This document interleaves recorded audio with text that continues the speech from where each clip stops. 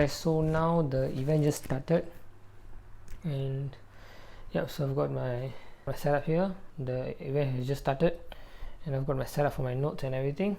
2 hours later.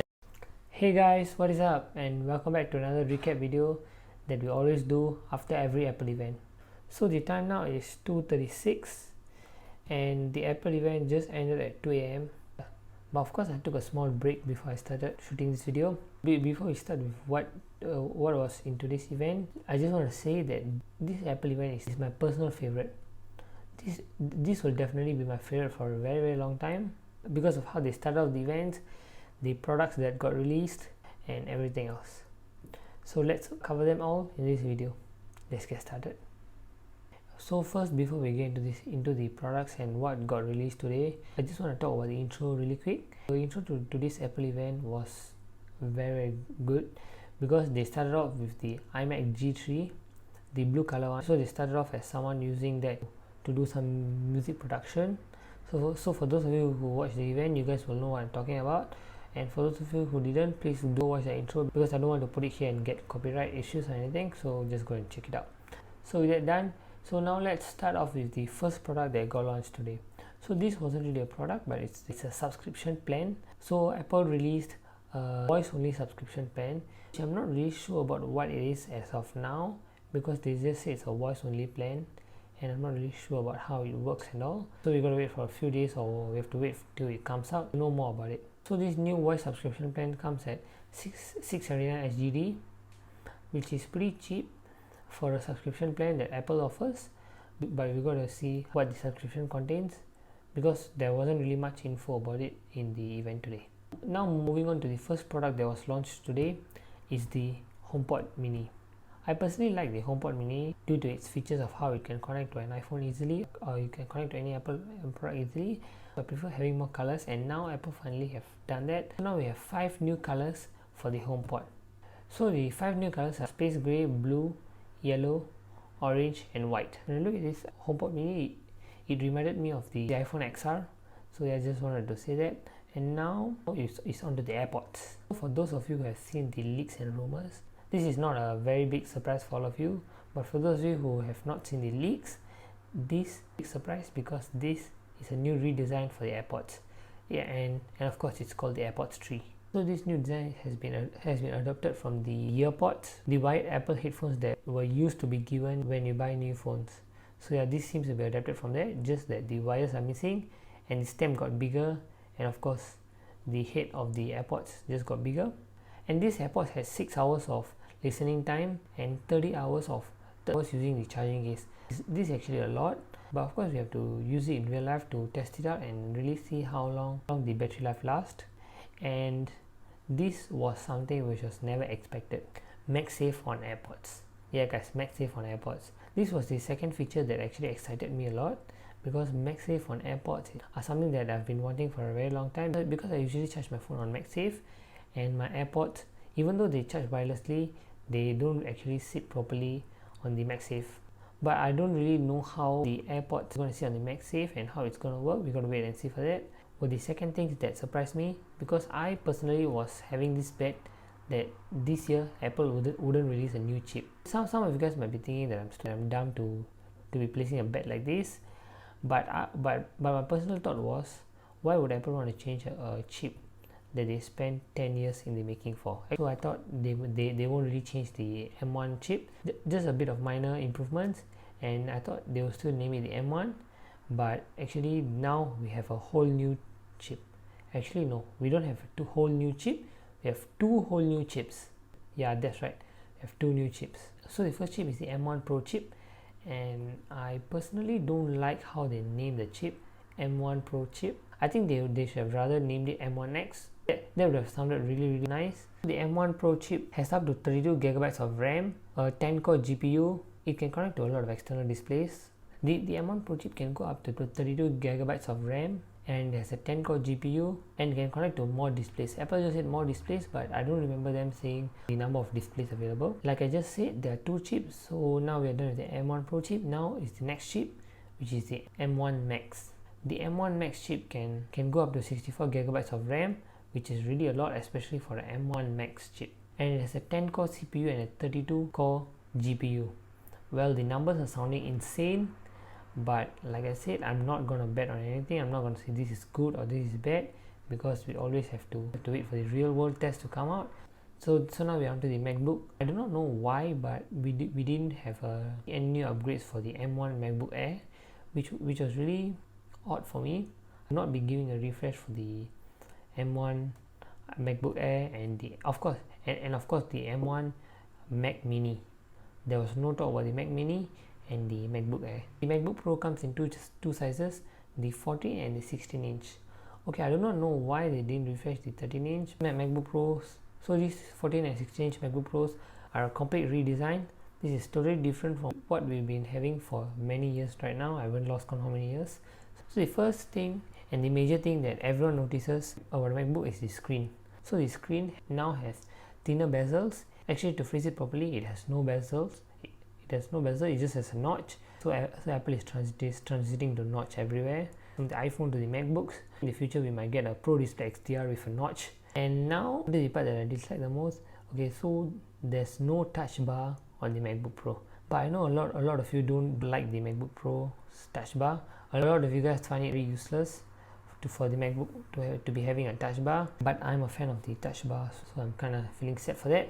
Moving to the keyboard of the MacBook Pro, everything is redesigned in this. The keyboard on this MacBook Pro reminds me of the keyboard on the iMac. So as you guys can see, the keyboard have rounded corners, and the Touch ID button is also same as the Touch ID for the M1 iMac. So they closely resemble the M1 iMac's keyboard. And now let's move on to the ports. So in this MacBook, we are finally getting some new ports. I'm excited. Rather than having just 4 ports on the 16-inch MacBook Pro and 2 ports on the 13-inch MacBook Pro, we now have a variety of ports. And of course, talking about ports, Magsafe is back. This got me really excited. This was my most favorite, because Magsafe has been my favorite ever since I started using the 2009 15-inch MacBook Pro. Oh yeah, so if you guys haven't checked the review, do go check it out. I'll give it a timestamp above. So since I've been using the 2009 MacBook Pro, the Magsafe has been my personal favorite. I've been loving it, and now we are finally having a Magsafe in the new Apple Silicon MacBook Pros. Of course, these new Magsafe ports support high voltage of charging, so you need not have to worry about slow chargings. But of course, like I said, all this in the real world test. And now, like I said, we have Magsafe, and we have HDMI ports, we have 3 Thunderbolt 4 ports, we have SD card slots. So we have a variety of ports to use. To make good use of these ports, these 14 and 16 inch MacBook Pros now support up to 3 4K displays. So you can connect up to 3 4K displays at a single time. This has been a problem on the M1 MacBook Pros, where you can only connect 1 external display, but now we are back with 3 external displays. And with that done, so now we are back to the screen. The MacBook screen now has some great refinements to it, having the notch, having thinner bezels, and we also have 120Hz ProMotion on this. This 120Hz ProMotion, so you guys would know that the screen refresh rates increases and decreases. But of course, Apple now gives you guys the option to permanently set the refresh rate to 120Hz. The display is now Liquid Retina HDR display, and it has mini LED. These two new MacBook Pros have 1600 nits of peak brightness, and with the 1600 nits of brightness combined with mini LED and 120Hz ProMotion, we are really gonna have a really good display. I can't wait to check this MacBook out. And of course, the webcam has now finally been improved. We have been having the same webcam ever since 2015, if I'm not wrong, the same 720p webcam. Now it has finally been changed to 1080p. MacBook Pro now has better mics, because the whole MacBook is now covered with mics, and of course this helps in video calling. And now onto the last but not the least, we are onto the speakers. The speakers now contain spatial audio. So speakers of the MacBook actually have spatial audio. Spatial audio is usually to a closed environment like your Airpods. So I don't really know how spatial audio is going to work on the MacBook, since most of us use our speakers outdoors. So I don't really know how spatial audio is going to work for that. I'm kind of excited to see how Apple really pulled off spatial audio for speakers. Before we end this video off, it's been around 2 hours since the Apple event ended. So let's check the Apple website and see if it has been updated. And if it has, then let's check out the prices of the new products. Okay guys, so now we're at the Apple website, and at the first glance at it, we can see that the website has been updated. The first I want to go to AirPods. And there we are.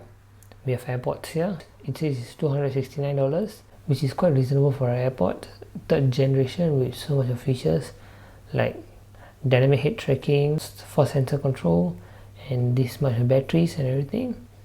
And of course it's water resistant. I guess $269 is a worthy price tag, and you get 6 months of Apple Music for free. Well, that's good. Now let's move on to the Mac. Okay, there we are. We have the new MacBooks. Let's click view pricing here. We have the 13 inch. 13 inch is the old M1 MacBook Pro. Here's the 14 and here's the 16 inch. Oh wow. So let's take a look at them one by one. So here we are. So it's 14 inch MacBook Pro. Do we have a color option here? Oh no, hey wait, do we have a color option? Let me check that out. Okay, yeah, we do have a silver and space gray color option in 14 inch MacBook Pro. So here you can choose your processor. You can choose M1 Pro 10 core CPU. You can use 8 core. 8 core is the basic one, and as you go the prices increase. So for the 10 core one and the so for the 10 core MacBook Pro is $300 extra, and you can go up to $1,000, $1,050 extra for the 10 core CPU and 32 core GPU, which is insane. Okay, so I can't choose a 64 GB RAM on a M1 Pro. I have to get the M1 Max to get the 64 GB of RAM. Oh, now we don't have a 256 GB options anymore. Whoa, that's interesting. So ours starts off with 512 GB and it goes all the way till 8 TB. Whoa, so this is treated as the same as the 16 inch MacBook Pro. Wow, that's nice. So I'm gonna go with 512. Oh, so for this I can't use the 67 watts power adapter. I can only go for the 96 watts. And the funny part about this is that it's included. So yeah, no slimming of boxes and everything. So that's nice. And the rest is as usual, the software, Final Cut and Logic Pro. So that's kind of good. So the storage is the same as the 16 inch MacBook Pro. Now we are done with the 14 inch MacBook Pro. We have idea. So now let's go to 16 inch. I'm so scared to see the prices. Oh no. Whoa, that's a lot. For the 16 inch MacBook Pro, it starts off with the M1 Pro. Nice. So it starts off with the 10 core M1 Pro and not the 8 core M1 Pro that the 14 inch starts off with. Well, that's definitely normal for a higher MacBook to have a higher processor. So the M1 16 inch MacBook Pro has lesser customization. Of course, that's because it has more powerful cores. And let's see our storage. Okay, so we can only go to 64 GB. Okay, so we don't really have 120 GB like we had on the Intel MacBook Pros. Well, that's a disadvantage, but of course, since it's the M1 Max, then I think 64 GB should work much better than 120 GB of Intel. So now look at the storage. Of course, starts at 512 and goes up to 8 TB, same as the 14 inch. The base model is $3,749. So the highest goes up to $9,149. That's around the same pricing as the Intel MacBook Pros used to be. So for some reason I can't find the HomePod here. So yeah guys, for some reason I can't find the HomePod. I do not know why. It should be around $100 to $150 if I'm not wrong. That's it for this recap video. That is all that Apple had in store for us today for the Unleashed event. So I hope you guys like this recap video. I've tried to simplify it and make this video as short as possible. I hope you guys like this video. So do remember to click the like button and click the subscribe button below. That will be really appreciated by me.